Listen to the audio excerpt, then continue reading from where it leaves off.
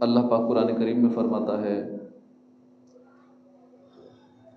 وَإِذْ قَالَ مُوسَىٰ لِقَوْمِهِ يَا قَوْمِ إِنَّكُمْ ظَلَمْتُمْ أَنفُسَكُمْ بِاتِّخَاذِكُمُ الْعِجْلَ فَتُوبُوا إِلَىٰ بَارِئِكُمْ فَاقْتُلُوا أَنفُسَكُمْ ذَلِكُمْ خَيْرٌ لَكُمْ عِندَ بَارِئِكُمْ فَتَابَ عَلَيْكُمْ إِنَّهُ هُوَ التَّوَّابُ الرَّحِيمُ صدق اللہ العظیم وصدق رسولہ النبی الکریم۔ ترجمہ کنز العرفان۔ اور یاد کرو جب موسیٰ نے اپنی قوم سے کہا اے میری قوم تم نے بچھڑے کو معبود بنا لیا اور اپنی جانوں پر ظلم کیا، لہذا اپنے اندر اپنے پیدا کرنے والے کی بارگاہ میں اب تم توبہ کرو۔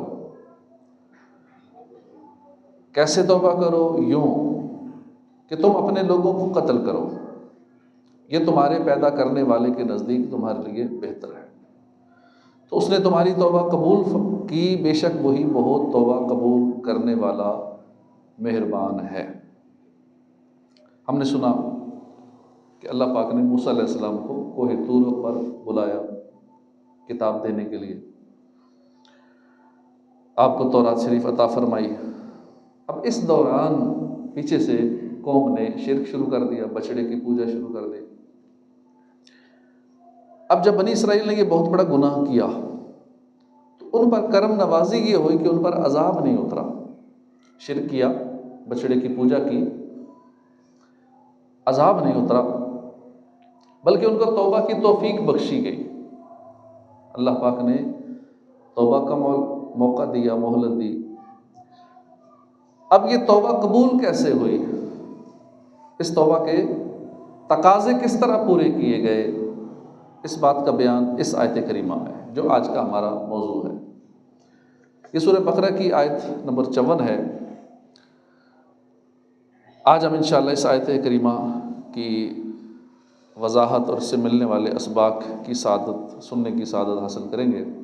اللہ پاک نے ارشاد فرمایا وَإِذْ، اور یاد کرو جب اے محبوب صلی اللہ علیہ وسلم آپ وہ واقعہ یاد کیجئے اور اپنے زمانے کے بنی اسرائیل کو یاد دلائیے۔ کون سا واقعہ؟ قال لموسیٰ، کون سا واقعہ کہ جس میں موسیٰ علیہ السلام نے اپنی قوم سے کہا تھا قال موسیٰ لقومہ، موسیٰ علیہ السلام نے اپنی قوم سے کہا، یعنی جب موسیٰ علیہ السلام نے قوم سے فرمایا، اس جگہ قوم سے مراد بنی اسرائیل کے لوگ ہیں جنہوں نے بچڑے کی پوجا کی تھی، جو شرک میں کچھ لوگ وہ بھی تھے جو مبتلا نہیں ہوئے تھے، کچھ لوگ شرک سے محفوظ رہے تھے، وہ مراد نہیں ہے۔ جنہوں نے شرک نہیں کیا تھا وہ مراد نہیں ہے، جنہوں نے بچڑے کی پوجا کی تھی وہ لوگ مراد ہیں۔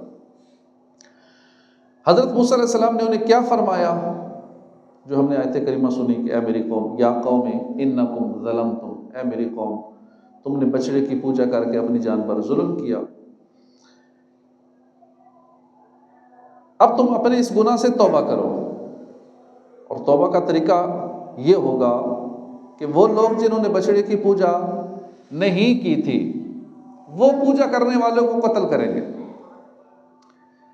یہ قتل ہونا تمہاری بخشش کا ذریعہ ہے۔ یہ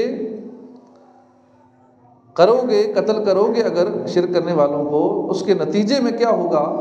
آخرت کے عذاب سے بچ جاؤ گے۔ اے میری قوم یہ کام کر لو، یہ اللہ کے ہاں تمہارے لیے بہتر ہے۔ اس کی برکت سے، یعنی قتل ہونے کی برکت سے، تم اپنے آپ کو قتل کرا لو، اللہ تمہیں معاف فرما دے گا، اللہ تمہاری توبہ قبول فرما لے گا، بے شک اللہ بخشنے والا مہربان ہے۔ روایت میں ہے کہ بنی اسرائیل نے موسیٰ علیہ السلام کی یہ بات مان لی، قتل ہونے کے لیے تیار ہو گئے، اور صبح سے شام تک 70,000 اسرائیلی قتل ہوئے۔ تب حضرت موسیٰ اور حضرت ہارون علیہ السلام نے گڑ گڑاتے ہوئے بارگاہ الہی ان کی معافی کی التجا کی۔ اس پر وحی آئی کہ جو قتل ہوئے وہ شہید ہو چکے، اور باقی جو ہوتے وہ بخش دیے گئے، یعنی جو قاتل ہے اس کو بھی بخش دیا گیا، جو مقتول ہے اس کو بھی بخش دیا گیا۔ کیسے یہ انوکھے قاتل اور انوکھے مقتول تھے؟ قتل کرنے والوں کو بھی مغفرت کی بشارت مل گئی، قتل ہونے والوں کو بھی بخش دیا گیا۔ اس آیت کریمہ سے ہمیں چند سبق سیکھنے کو ملے۔ پہلی چیز یہ کہ توبہ تمہارے لیے بہتر ہے۔ اس آیت میں فرمایا ذالکم خیر لکم عند بارئکم، یہ تمہارے پیدا کرنے والے کے نزدیک تمہارے لیے بہتر ہے۔ پتہ چلا گناہ چھوڑنا، اللہ کے حضور توبہ کرنا، یہ ہمارے حق میں بہتر ہے۔ اس کی برکت سے دین اور دنیا کی بے شمار بھلائیاں نصیب ہو جاتی ہیں۔ اللہ کریم قرآن پاک میں فرماتا ہے ان اللہ یحب التوابین، بے شک اللہ بہت توبہ کرنے والوں سے محبت فرماتا ہے۔ تو پتہ چلا بندہ جو کثرت سے توبہ کیا کرتا ہے نا، وہ اللہ کا محبوب بن جاتا ہے۔ اللہ پاک اس کو اپنا محبوب بنا لیتا ہے۔ کتنی اونچی شان ہے اللہ کا محبوب بننا، اللہ کا پیارا بن جانا، کوئی آسان بات تو نہیں ہے، اور یہ معمولی رتبہ بھی نہیں۔ اللہ پاک تمام جہانوں کا مالک ہے،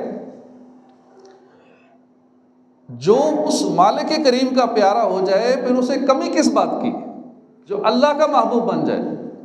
صوفیہ کرام فرماتے ہیں نا من لہ المولا فلہ الکل، جو اللہ کا ہو جاتا ہے سب کچھ اسی کا ہو جاتا ہے۔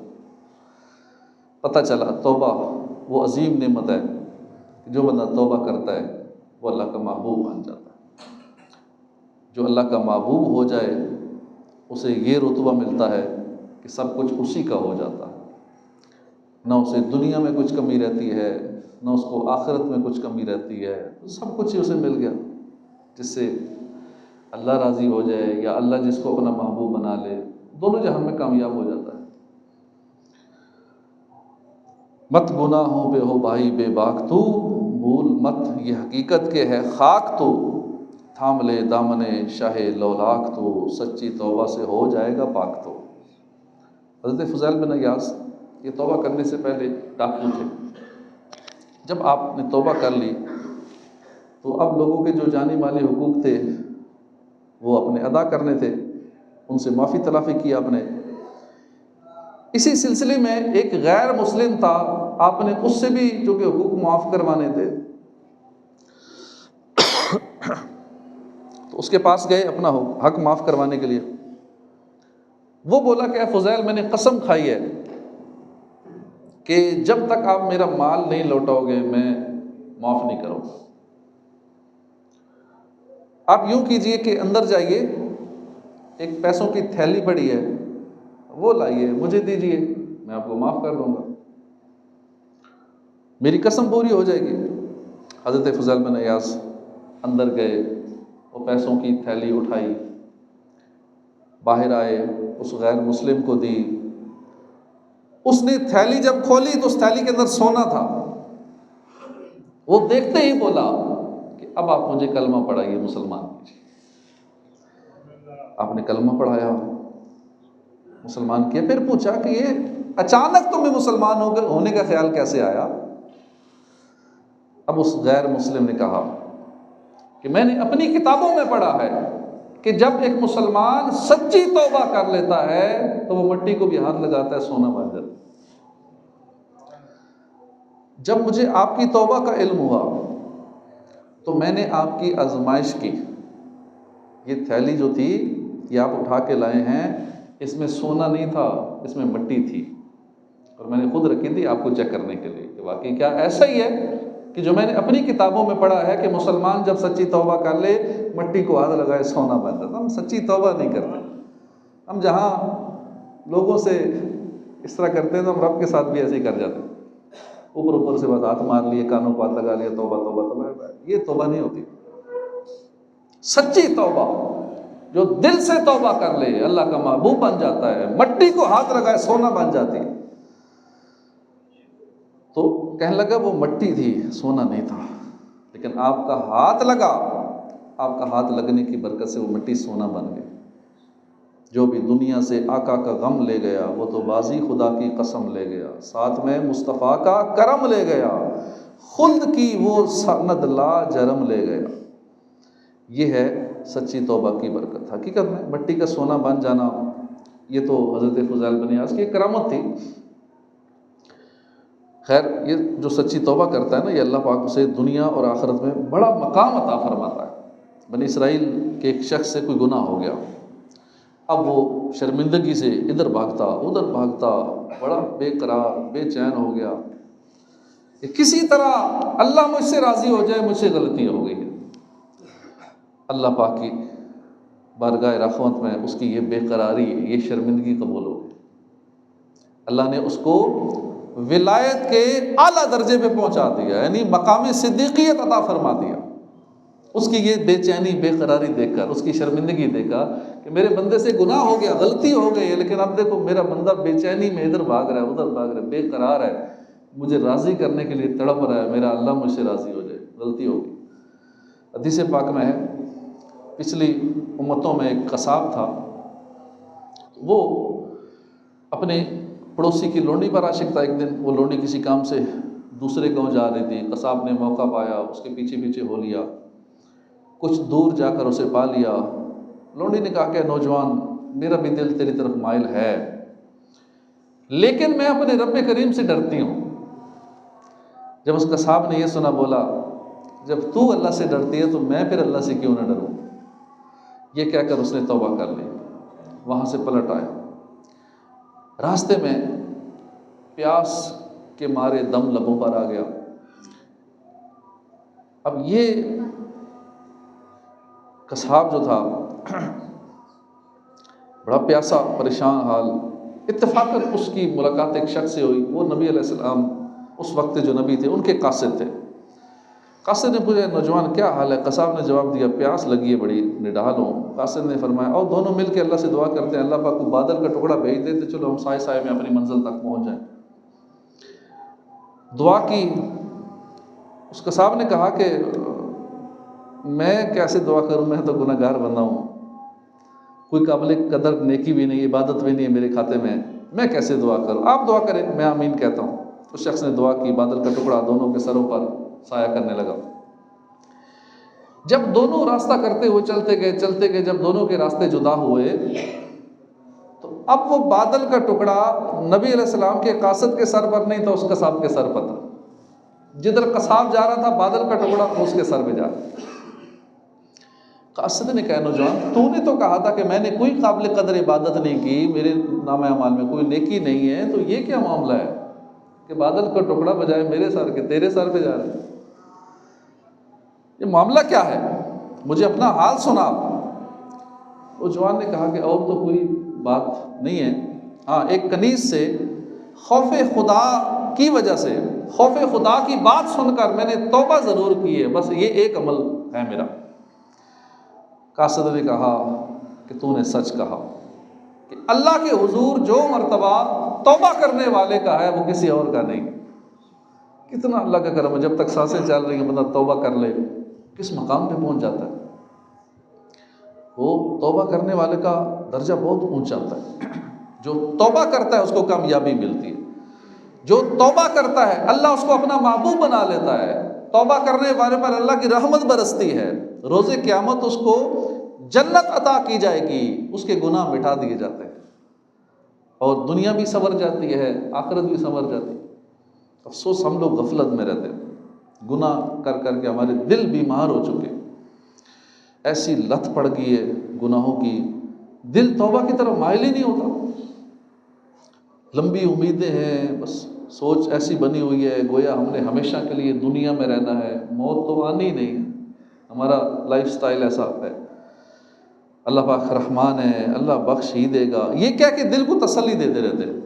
اور عموماً اس طرح کی باتیں زیادہ ان کے منہ سے سنی جاتی ہیں جو نمازیں نہیں پڑھتے، مسجد کا رخ نہیں کرتے، بھائی اللہ بڑا کریم ہے، ہمیں جنت ہی عطا فرمائے گا، ہمیں عذاب نہیں دے گا۔ اب نماز ایک نہیں پڑھنی، گناہوں والے کام کرنے ہیں، رب کی نافرمانی کرنی ہے، اللہ پاک کی ایک نہیں ماننی، اور پھر امید لگا کے رکھنی ہے۔ برے دوستوں کی صحبت نیکی کی طرف آنے نہیں دیتی، عذاب سے ڈرتے نہیں ہیں، کبھی گھر والوں سے شرماتے ہیں، کبھی دنیا سے شرماتے ہیں، ہائے میں نے توبہ کر لی، لوگ کیا کہیں گے؟ ایسی باتیں سوچ کر ہم توبہ سے محروم ہو جاتے ہیں، بلکہ سچی بات تو یہ ہے کہ ہم گناہ گار خود کو سمجھتے کم ہیں۔ توبہ تو تب ہوتی ہے نا کہ ہم سمجھیں کہ ہم غلط ہیں، ہم گناہ گار ہیں، ہم برے ہیں۔ لیکن یہاں کسی کو برا کہہ کے دیکھیں نا، کسی کو گناہ گار کہہ کے دیکھیں، لڑنے بھی آ جائے گا، مجھے برا کہا، مجھے گناہ گار کہا۔ سمجھ ہی نہیں رہے اپنے آپ کو نا، ہم سمجھیے اچھا رہے جو میں ہوں، میرے جیسا کوئی نہیں ہے، میں نیک آدمی ہوں۔ کوئی ایک آدھ نماز شروع کر دیں تو اس کے بعد تو پھر حج عمرہ کر کے آ جائیں، پھر تو پکے رومال سر پہ رکھ لیتے ہیں، بہت نیک ہو گیا ہوں میں، تو خود کو نیک سمجھ رہے ہوتے ہیں۔ حالانکہ اللہ والے دن رات عبادت میں گزارتے تھے، لیکن پھر بھی عاجزی کرتے تھے، راتی زاری کر کر روندے، نیند اکھیں دی دھوندے، فجری اوگن ہار کہاندے، سب تھی نیویں ہوندے۔ یہ اللہ والوں کا حال ہے۔ تو ہم خود کو گناہ گار سمجھتے ہی نہیں ہیں۔ اب خود کو گناہ گار سمجھ لیں تو شرمندگی خود ہی ہونی ہے، شرمندگی ہو گئی، توبہ کی طرف اعلان ہو جانا ہے، مگر افسوس نفس و شیطان میں ہمیں دھوکے میں ڈال رہا ہے۔ نمازیں قضا ہوتی ہیں، جماعت میں تو کبھی کبھی شامل ہوتے ہیں، روز پتہ نہیں کتنوں کی دل آزاریاں کر بیٹھتے ہیں۔ ہمارا موبائل ہمیں دھوکے میں ڈالے رکھتا ہے، نہ جانے کیسے کیسے گناہ موبائل سے، سوشل میڈیا کے ذریعے سارا دن کرتے رہتے ہیں۔ اور جھوٹ جو ہوتا ہے وہ تو بالکل زبان کی نوک پر ہے نا۔ غیبت چغلی کی تو ایسی عادت ہے، بس زبان کھلنے کی دیر ہے، سوائے غیبت چغلی کے تو نکلتا ہی کچھ نہیں ہے۔ ایسی گناہوں کی عادت ہماری زبان کو پڑ گئی، غیبتوں چغلیوں کی، گندی باتوں کی بھرمار ہے، یعنی سر سے پاؤں تک گناہوں میں لتھڑے ہوئے ہیں۔ لیکن اس کے باوجود خود کو گناہ گار سمجھنا گوارا ہی نہیں کرتے۔ نفس دھوکے میں ڈالے رکھتا ہے، بس اندر ہی اندر سے یہ ذہن بناتا رہتا ہے کہ بس ہم سے بڑھ کر تو نیک کوئی نہیں ہے، بس ہم بہت اچھے انسان ہیں۔ خود کو گناہ گار سمجھنا نہیں ہے تو ظاہر جب خود کو گناہ گار نہیں سمجھیں گے تو توبہ کیسے کریں گے؟ توبہ تبھی کریں گے، خود کو غلط سمجھیں گے، اپنے گناہوں کا اعتراف کریں گے، تو یوں ہم گناہ گار نہیں سمجھتے جب اپنے آپ کو، تو پھر توبہ سے محروم رہ جاتے ہیں۔ کاش ہمیں توفیق مل جائے، کاش ہم خود کو گناہ گار سمجھنے والے، توبہ کرنے والے بن جائیں۔ بنی اسرائیل میں دو شخص تھے، ایک بہت عبادت گزار تھا، دوسرا بڑا گناہ گار تھا۔ جو لوگ عبادت گزار تھا اس کو عابد و بنی اسرائیل کہتے تھے، بنی اسرائیل کا عابد شخص، بہت عبادت گزار شخص، یہ اس کا لقب ہو گیا تھا۔ اور جو گناہ گار تھا اسے خلی و بنی اسرائیل، یعنی بنی اسرائیل کا بے آوارہ بے حیا شخص، یہ اس نام سے مشہور ہو گئے تھے۔ ایک مرتبہ یہ گناہ گار اس عبادت گزار کے قریب سے گزرا، دیکھا کہ بادل نے اس گناہ گار کے سر پہ سایہ کیا ہوا ہے۔ یہ منظر دیکھ کر گناہ گار نے سوچا چلو میں بھی تھوڑی برکتیں حاصل کروں، میں نیک آدمی کے پاس بیٹھ جاؤں، اتنے بڑے عبادت گزار ہیں، ان کے پاس بیٹھ جاؤں گا تو کیا خبر اس کی برکت سے مجھ پہ بھی کرم ہو جائے، اللہ پاک مجھ پہ رحم فرما دے۔ یہ سوچ کر وہ گناہ گار شخص عبادت گزار کے پاس بیٹھ گیا۔ اب جب اس کے پاس وہ بیٹھا، ادھر وہ عبادت گزار جو شاید باطنی بیماریوں کا علم نہیں رکھتا تھا، شیطان کے حملوں کا علم نہیں رکھتا تھا، اس نے دل میں سوچا کہ یہ گناہ گار کہاں میرے پاس آ کے بیٹھ گیا۔ اب دل میں منفی سوچا کہ کہاں مجھ جیسا عبادت گزار، کہاں اس جیسا پرلے درجے کا گناہ گار، بدنام زمانہ، یہ میرے پاس آ کے بیٹھ گیا۔ بڑی حقارت سے اسے دیکھا اور اس کو اٹھا دیا۔ اس پر اللہ پاک کے نبی علیہ السلام کو وحی نازل ہوئی، ان دونوں سے کہیں اپنا عمل نیا شروع کریں۔ میں نے اس عبادت گزار کو اس کے حسن ظن کی وجہ سے اس کو بخش دیا، وہ نئے سرے سے اپنے اعمال کا آغاز کرے، پچھلی ساری خطائیں معاف فرما دے، اور اس گناہ گار کی ساری عبادت بھی ضائع کر دی، اسے بھی کہ نئے عمل شروع کرے، کیونکہ اس نے تکبر کیا، اپنے آپ کو بہتر سمجھا، اگلے گناہ گار کو گھٹیا سمجھا۔ دونوں نئے سرے سے عمل شروع کرے۔ ایک روایت میں ہے کہ وہ بادل جو عبادت گزار کے سر پہ سایہ کیے ہوئے تھا، وہ اس سے ہٹ کر اس گناہ گار کے سر پہ آ گیا۔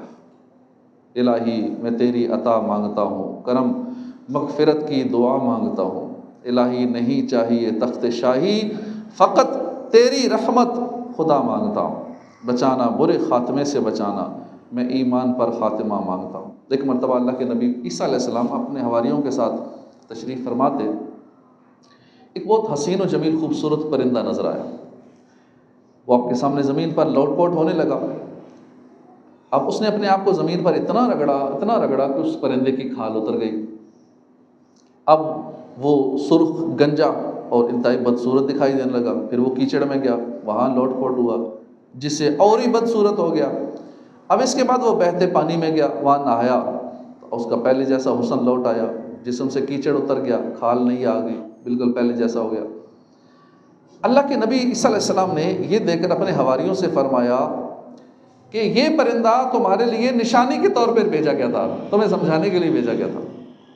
یہ مومن کی مثال ہے کہ جب مومن گناہگار بندہ کو توبہ کرتا ہے، جب وہ مومن پہلے گناہ کرتا ہے، پھر اپنے آپ کو جب وہ گناہ کر کے گندا کر لیتا ہے، بدصورت، کیونکہ گناہ ایسی چیز ہے بندے کو گندا کر دیتی ہے، ظاہر باطن دونوں گندا کر دیتی ہے، اور اندر تو پورے کو پورے ہی گندا کر دیتی ہے، دل کی حالت کو خراب کر دیتی ہے۔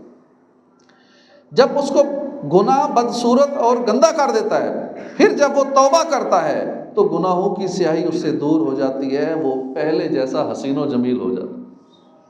یہ توبہ کی برکت۔ ہم صرف احساس کرنا ہے، ہم نے تنہائی میں بیٹھنا ہے، ہم نے سوچنا ہے کہ میں دنیا میں آیا کیوں تھا، میرے دنیا میں آنے کا مقصد کیا تھا، میرے دن اور رات کن کاموں میں صرف ہو رہے ہیں، میری یہ آنکھیں قرآن پاک کو دیکھنے کے لیے تھی، یہ کن کاموں میں استعمال ہو رہی ہیں، میں ان آنکھوں سے سارا دن کیا دیکھتا ہوں، میرے کان کس مقصد کے لیے تھے، میں سارا دن کیا سنتا رہتا ہوں، میری زبان اللہ کے ذکر کے لیے تھی، میں اس سے کیا بولتا ہوں۔ وقت قریب ہے، ملک الموت السلام تشریف لائیں گے، میرے جسم سے روح کھینچ لی جائے گی، مجھے اندھیری قبر میں اتار دیا جائے گا، مجھے اپنے رب کے حضور حاضر ہونا ہے۔ بس یہ احساس، ندامت، شرمندگی، سچے دل سے توبہ، یہ زندگی کی ساری الجھنوں کا حل ہے۔ یہ بات بھی یاد رکھیے، توبہ جو ہے نا، یہ مستقل عبادت ہے، ایسا نہیں گناہ ہوا تو ہی توبہ کرنی ہے، ویسے نہیں کرنی، یہ ایک مستقل عبادت ہے۔ جیسے ہم نماز پڑھتے ہیں، اللہ کا ذکر کرتے ہیں، دیگر روزے رکھتے ہیں، دیگر عبادات کرتے ہیں، اسی طرح توبہ کرنا بھی ایک مستقل عبادت ہے۔ ہم نے اس کو ایز اے عبادت بھی کرنا ہے، ریگولر کرنا ہے، گناہ ہو یا نہ ہو پھر بھی توبہ کرتے رہے، روزانہ توبہ کرتے رہے۔ وَتُوبُوا إِلَى اللَّهِ جَمِيعًا أَيُّهَا الْمُؤْمِنُونَ لَعَلَّكُمْ تُفْلِحُونَ، اے مسلمانوں تم سب اللہ کی طرف توبہ کرو اس امید پر کہ تم فلاح پاؤ۔ امام غزالی فرماتے ہیں نا، اس آیت سے ثابت ہوا کہ توبہ ہر حال میں لازم ہے، ضروری نہیں گناہ ہوگا تبھی توبہ کرنی ہے، ویسے ہی توبہ کرتے رہنا ہے۔ نیکیاں کر رہے ہیں تو بھی توبہ کو ایسا عبادت کرتے رہنا ہے۔ میرے آقا نے فرمایا میں دن میں 100 مرتبہ توبہ کرتا ہوں، حالانکہ آپ تو گناہوں سے پاک ہیں، ہر نبی معصوم ہے، اور یہ تو پھر معصوموں کے بھی سردار ہیں، لیکن فرماتے ہیں میں دن میں 100 مرتبہ توبہ کرتا ہوں۔ ہم گناہ گار غور کریں، ہم کتنی مرتبہ روزانہ توبہ کرتے ہیں، تو اس کو ایز اے مستقل عبادت بھی کرنا چاہیے ہمیں۔ عام طور پر کہا جاتا ہے نا کہ عزت دوبارہ نہیں ملتی، عزت بڑی مشکل سے بنتی ہے، بڑا عرصہ لگتا ہے، ایک لمحے میں چلی جاتی ہے، جب چلی جاتی ہے تو پھر عزت نہیں ملتی، عموماً ایسا کہا جاتا ہے۔ یہ کنسیپٹ بھی بنا ہوا ہے، کسی حد تک ٹھیک ہے، لیکن ہر بار ایسا نہیں، کھوئی ہوئی عزت آ جاتی ہے۔ ایک بڑا خوبصورت واقعہ، حضرت حبیب اجمی بہت بڑے ولی کامل ہوئے ہیں، بصرہ کے رہنے والے تھے، توبہ کرنے سے پہلے بہت امیر و کبیر تھے، سود کا لین دین کرتے تھے، اور جس سے پیسے لینے جاتے تھے یا سود کے پیسے یا قرضہ لینے جاتے تھے، اگر وہ کچھ نہیں دیتا تھا تو پھر آپ وہ جاننے کے بھی لیتے تھے، کچھ میں آیا ہوں تمہارے پاس ٹائم ویسٹ کر کے نا، اب کچھ نہ کچھ لے کے جاؤں گا، کچھ نہ کچھ اس کے بھی لیتے تھے جو اپنا ٹائم لگتا تھا۔ ایک مرتبہ کسی مقروض کے یہاں گئے، دستک دی، مرد گھر نہیں تھا، لیڈیز تھیں، انہوں نے کہا جی ہمارے پاس کچھ بھی نہیں ہے، بس وہ بکری کا گوشت تھا، باقی تو ختم ہو گیا، ایک سری بچی ہوئی، یہ سری لے جاؤ۔ سری لے گئے، گھر جا کے اپنی زوجہ کو دی، اس نے کہا چلو سری پکا ہوا ہے، تو اس نے کہا سری تو پکا لوں، پکانے کی لکڑیاں بھی چاہیے، باقی بھی سسٹم چاہیے اس کو تیار کرنے کے لیے، کہیں اور جو پھر باقی بھی سامان لے آؤ۔ اور مقروضوں کے گھر میں گیا تو وہاں سے جو جو چیزیں ضرورت تھیں وہ لے آیا، یوں سری پکائی گئی۔ جب کھانے کے لیے، اب اس دوران ایک سائل بھی آیا، سائل نے صدا لگائی، اس کو بھی جھڑک کے اس نے بھگا دیا۔ اب جب کھانا رکھا گیا، کھانا کھانے لگا اب جیسے ہی وہ سالن ڈالنا تھا، دیچکی سے اوپر سے ڈھکن ہٹایا تو وہ سری خون بن چکی تھی، ہانڈی خون سے بھری پڑی تھی۔ اب یوں اس ہانڈی کا خون میں تبدیل ہو جانا گویا کہ قدرت کی طرف سے ایک وارننگ تھی، ایک تنبیہ تھی، جس کو انہوں نے سنجیدہ لیا اور فوراً سارے گناہ چھوڑنے کا ارادہ کر لیا۔ جب گھر سے باہر نکلے، گلی سے گزرے تو دیکھا بچے کھیل رہے ہیں۔ حبیب اجمی کو جب بچوں نے دیکھا تو بچوں نے کہا دور ہٹ جاؤ، کہیں ایسا نہ ہو کہ حبیب اجمی سود خور کے پاؤں کی گرد اڑ کر ہمارے اوپر پڑے تو کہیں ہم بھی تباہ و برباد نہ ہو جائیں، کہیں ہم بدبخت نہ ہو جائیں اس کے قدموں کی دھول اپنے اوپر پڑنے کی وجہ سے۔ اب یہ بات سنی تو ایک اور چوٹ لگ گئی، پہلے وہ سری والا معاملہ دیکھا تھا، اب اوپر سے بچوں کی زبان سے کہا اتنے بدنام ہو چکے تم معاشرے میں کہ ہر بندہ ہی تمہیں سود خور اور برا کہتا ہے۔ دل نے اور چوٹ کھائی، دل مزید پگھل گیا۔ فوراً حسن بصری رحمۃ اللہ علیہ کی بارگاہ میں حاضر ہوئے، سچی توبہ کی، وہاں سے واپس لوٹے۔ اب جب واپس آئے دیکھا وہی بچے کھیل رہے ہیں۔ اب ان بچوں نے کیا کہا کہ بچوں سائڈ پہ ہو جاؤ، کہیں ایسا نہ ہو ہمارے قدموں کی دھول حبیب اجمی پر پڑ جائے، حبیب اجمی توبہ کر کے آ رہا ہے، کہیں ایسا نہ ہم گناہ گار ہو جائے۔ حیران ہو گئے ہم، مولا اتنا تیرا کرم، ابھی ابھی تو توبہ کی ہے، اتنی جلدی میری گئی ہوئی عزت واپس آ گئی۔ لوگوں کے دل جو مجھ سے نفرت کرتے تھے، یا اللہ میں نے توبہ کی تو نے فوراً لوگوں کے دلوں میں میری عزت ڈال دی۔ گئی ہوئی عزت اللہ چاہے تو واپس آ جاتی ہے، وَتُعِزُّ مَن تَشَاءُ وَتُذِلُّ مَن تَشَاءُ۔ دلوں میں محبت ڈالنا بھی اللہ کا کام ہے، اور دلوں سے محبت نکال لینا بھی اللہ کا کام ہے۔ جب بندہ گناہ کرتا ہے، برائیاں کرتا ہے، تو محبت کرنے والے اس سے نفرت کرنے لگ جاتے ہیں۔ کیوں؟ اللہ پاک لوگوں کے دلوں سے اس بندے کی محبت نکال دیتا ہے، چاہے وہ چھپ کر ہی کیوں نہ گناہ کرے۔ بندہ سمجھتا ہے میں لوگوں کے سامنے تو نہیں کر رہا، چھپ کے گناہ کر رہا ہوں، لیکن جس کی نافرمانی کر رہا ہے وہ رب کریم اس سے محبت کرنے والوں کے دلوں سے اس کی محبت نکال کر اس کی نفرت ڈال دیتا ہے۔ تو اس لیے ہمیں سچے دل سے توبہ کرنی چاہیے، گئی ہوئی عزت واپس آ جاتی ہے۔ حبیب اجمی رحمۃ اللہ علیہ نے سب کے حقوق وغیرہ ادا کیے، سودی لین دین سارا ختم کیا اور اللہ کی عبادت میں مصروف ہو گئے، تو پتہ چلا کہ عزت دوبارہ مل جاتی ہے۔ شرط یہ ہے کہ آدمی درست راستہ اختیار کر لے۔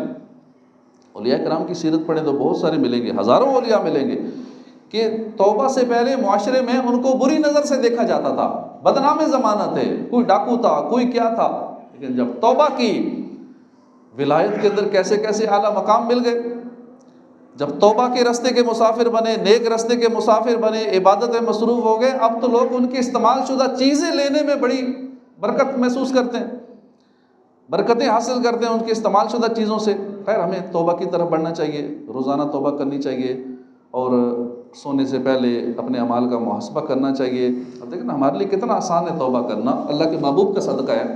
ورنہ بنی اسرائیل کے بارے میں ہم نے سنا، جو آج ہماری جو موضوع ہے، جو آیت ہمارا آج کا موضوع ہے، اس آیت میں ہے کہ ان کو حکم ملا کہ قتل کرو، اپنے آپ کو قتل کرو، تمہاری توبہ تب قبول ہوگی۔ 70,000 ایک دن میں بنی اسرائیلی قتل ہوئے۔ جنہوں نے شرک کیا تھا وہ قتل ہوئے، جنہوں نے نہیں کیا تھا ان کو حکم ہوا کہ ان کو مارو، خود تلواریں ان کو پکڑائیں، گردنیں رکھیں کہ ہاں ہمیں مارو، کیونکہ شرط یہی تھی توبہ کی۔ ہمارے لیے کیا شرائط ہیں کہ نمازیں چھوڑی ہیں، توبہ کر رہی ہیں، توبہ بھی کرو، نمازیں قضا کر لو، تمہاری توبہ قبول ہے۔ روزے چھوڑے ہیں، توبہ کرو، روزے رکھ لو، تمہاری توبہ قبول ہے۔ کسی کے پیسے کھائے ہیں، توبہ بھی کرو، پیسے بھی واپس کرو، تمہاری توبہ قبول ہے۔ یعنی ہم نے اس کی تلافی یوں کرنی ہے۔ اگر تلافی کی یہ صورت ہوتی کہ خود کو قتل کروانا ہے تو کتنا مشکل کام تھا۔ اللہ کے محبوب کے صدقے میں ہم پہ کتنی آسانیاں ہیں، ہماری تلافیاں بڑی آسان ہیں ہمارے لیے۔ بنی اسرائیلیوں نے خود کو قتل کروایا، 70,000 نے اپنے آپ کو قتل کروایا ایک دن کے اندر، تب توبہ قبول ہوئی۔ پھر اللہ نے فرمایا ٹھیک ہے، مقتولوں کو بھی بخش دیا گیا، قاتلوں کو بھی بخش دیا گیا۔ اللہ پاک ہمیں سچی توبہ کی توفیق عطا فرمائے، آمین بجاہ النبی الامین صلی اللہ علیہ وسلم۔